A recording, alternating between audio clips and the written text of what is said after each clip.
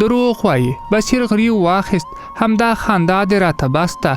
د ډوډۍ پر وخت ټول د بصیر په اتڼ پسې خندل. بوډۍ او نادیا غلې وې. جمعه راغله. ارزو د خپلې ترور کره ورغله. خو د ترورجیانو د مکتب کیسې لا نه وې ختمې چې موټروان هارن وواهه. ویل چې میرمن روقیه یې غواړي. یو ورځ د بوډۍ ټلیفون ته زنګ راغی. د ارزو مور وه. ارزو خبرې ورسره وکړې. نجلۍ خوشحاله وه. د مور په وجود کې دومره سکه پیدا شوې وه چې د ټلیفون لپاره غونډۍ ته وخیږي. د نادیا د تګ وخت رانږدې شو. یو سهار په کثافاتدانۍ کې د څیرې شوي وصیتنامې ټوټې یې ولیدې. بله ورځ خبره شوه چې مور یې نوې وصیتنامه لیکلې ده. یو ځل د خپلې مور کوټې ته ورغله. اول یې فرده چوله کړه. بوډۍ او نجلۍ په چمن کې وي. بیا یې په بیړه المارۍ وکته. د کتابونو پاڼې یې واړولې. د کټ توشکه یې پر بل مخ واړوله. خو نوې وصیتنامه یې ونه موندله. نادي 2 ځله خپل ورور ته وکتل چې ابۍ نوې وصیتنامه چیرته ایښې ده. خو بصیر ور یاده کړه چې مه یې خفه کوه. ژمنه ده د مور په ټول جایداد کې خپله برخه در رسیږي. یو سهار نادیا د بوډۍ پر لاسونو ور پریوته. دواړو له ژړا پرته یوه خبره هم ونه کړه. شیبه وروسته موټر راغی. بصیر خپله خور او د هغوی اولادونه تر هوایي میدانه ورسول. مریم د تګ پر وخت ارزو ته خپل ساعت او د ویښتو کمان ورکړ. بوډۍ په هماغه ورځ یوازې وژړل. نه لمر ته ووته، نه یې ډوډۍ وخوړه، نه یې له چا سره خبرې وکړې. درېیمه ورځ یې لور له امریکا ټلیفون ورته راوکړ. په ژړا کې یوازې بخښنه غوښته. د اوړي په ګرمۍ کې به نجلۍ او بوډۍ لنډ وخت په چمن کې تېراوه. لمر ته ګزاره نوره هم سخته شوه. دوی به مازدیګر تر لمر لوېدو 1 ساعت مخکې لمر ته ور ووتې. خو تر ماخوستنه به په چمن کې وي. ډوډۍ به یې هم هملته وخوړه. ویده کېدو ته به کوټې ته تللې. بوډۍ له نجلۍ نه جلا کېده. یوه شپه بوډۍ ویښه وه. ارزو 2 ځله په خوب کې نارې کړې. ابۍ خدای که یې په بله کړي. غالۍ مه کوه. ګاټې ما وګټل. سهار یې ارزو ته وویل چې له دې وروسته مې ابۍ بوله. میرمن ابۍ شوه. بوډۍ له دې ټکي خوند اخیسته. د اوړي په اخر کې د بوډۍ غبرګ زامن د خپلې مور لیدو ته له امریکا راغلل. خو د بوډۍ خوشحالي لنډه وه. زامنو 1 هفته وروسته کارونه یاد کړل. بیرته تیارې ته وختل. د هوا په سړېدو سره بوډۍ بیرته 3 منزل ته وخته. دلیل د کوټې لمر و. د بوډۍ پخوانۍ کوټې غټه کړکۍ درلوده. لمر د ورځې تر اخیره کوټې ته رالوېده. بوډۍ او نجلۍ به کله کله پر بام ناستې وي. خو ډېر وخت نه پاتې کېدی. سوړ باد د بوډۍ ټوخی زیاتاوه. یو ماخوستن د بوډۍ وضع خرابه شوه. بصیر ډاکټر را وغوښت. په هماغه شپه یې ارزو لاندې منزل ته ولېږله. زوی مور ته نږدې پر اوږده څوکۍ پرېوت. بصیر تر 1 بجې څو ځله د بوډۍ نفس وکوت. نفس عادي و. ویدې ښځې په قراره ساه اخیسته. پاو باندې 1 بجه یې ګروپ مړ کړ. خو یو وخت یې د ارزو ژړا سترګې رڼې کړې. د برق سویچ ته یې لاس ور وغځاوه. ارزو د زړې ښځې پر ټټر سر ایښی و. ژړل یې. بصیر په خوبولي غږ وویل بیا دې خوب لیده؟ ارزو ژړل. بصیر وخندل. بېغمه اوسه. اوس خو دې له کاره بالکل نه شړي. نجلۍ په ژړا کې وویل ابۍ مړه ده. د بصیر ټنډه تروه شوه. نجلۍ وویل زړه یې نه غورځي. بصیر په بیړه ورغی. د بوډۍ لاس یې ورپورته کړ. لاس یې سوړ و. د ښځې پر ټټر یې غوږ کېښود. په سینه کې یې کمزوری دربا هم نه وه. سړي تلویزیون ته ورمنډه کړه.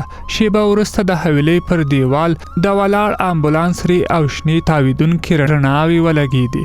د بوډۍ ټټر ته برقي جګټې ورکړل شوې. خو ښځه مړه وه.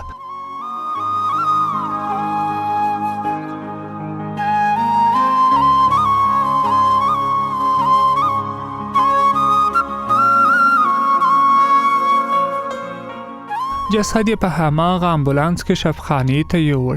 ارزو په کور کې یوازې پاتې شوه. تر سهاره یې ژړل.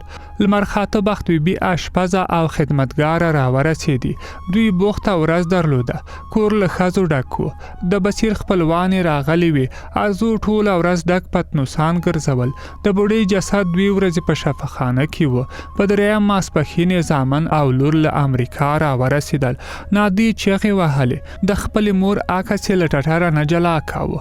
په هماغه ماسپښین د بوډۍ مړی کور ته راوړ. په ټولو کې د نادې کوکې ډېرې وې. بوډۍ قضا ماسپښین حاضرې ته یوړه. بله ورځ یې په جومات کې فاتحه ونیوله. لنډه وه، 2 ساعته. د 1:30 تر 3:30 جمعې ته یې اشپزان راوستل. د خلکو تعداد نه و معلوم، خو یوازې له نانوایۍ 800 وچې ډوډۍ راغوښتل شوې وې. 1 هفته وروسته یې هیڅ هم نه و. په لوی کور کې یوازې بصیر او ارزو ګرځېدل. بوډۍ نه وه، اشپزي ته ضرورت نه لیدل کېده.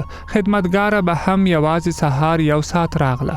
غالیو ته به یې برخې جارو ونیوه، بیرته به ووته. بل ماښام بخت بیبي راغله. له بصیر سره یې خبرې وکړې. سړي پاکټ ورته ونیوه.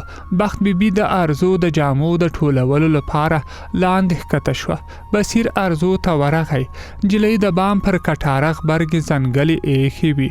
بلو ګروپونو ته یې کتل. بصیر د نجلۍ تر څنګ ودرېده. ارزو پرته له دې چې سړي ته وګوري غوړي واخیسته. ابۍ را باندې ګرانه وه. بصیر د هغې سر پر خپل ټټر پورې ولګاوه. نجلۍ هیڅ عکس العمل ونه ښوده. بصیر ورو وویل: پوهېږم ګرانښت په خبرو کې نه دی، په پام دی. تا پر ابۍ تر موږ هم ډېر پام کاوه. د ارزو ژړا تیزه شوه. بصیر وویل: پر ابۍ هم ډېره ګرانه وي. د ژوند خوند همدا دی.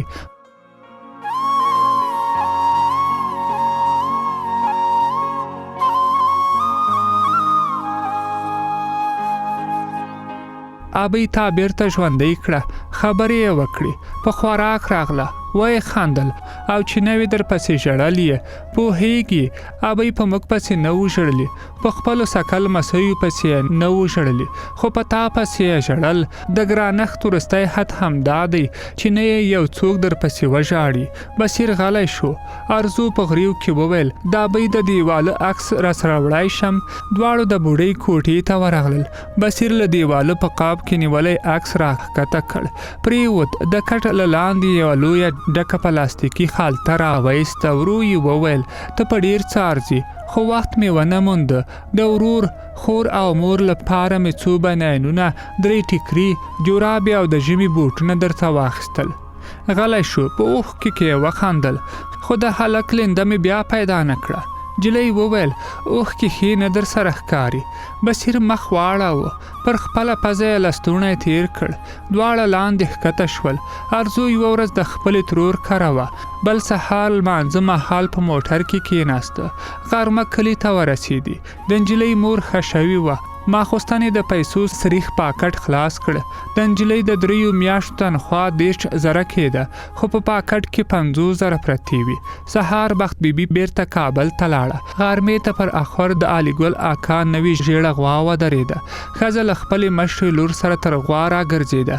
سپېلني یې دودول، خو ارزو په چوتره کې غلې ناسته وه. د بوډۍ عکس ته یې کتل. 1 هفته وروسته بخت بیبي راغله.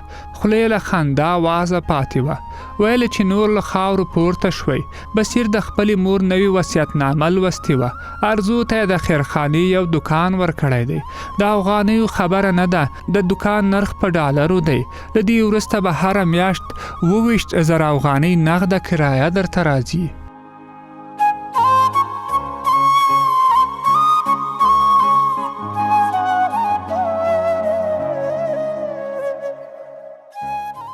د ناول پای. هیله ده چې دا ناول مو هم په مینه او خلوص اوریدلی وي، او دا هیله هم درنه کوو چې نور ناولونه هم راسره واورئ او تعقیب یې کړئ. تر بیا ښه وختونه.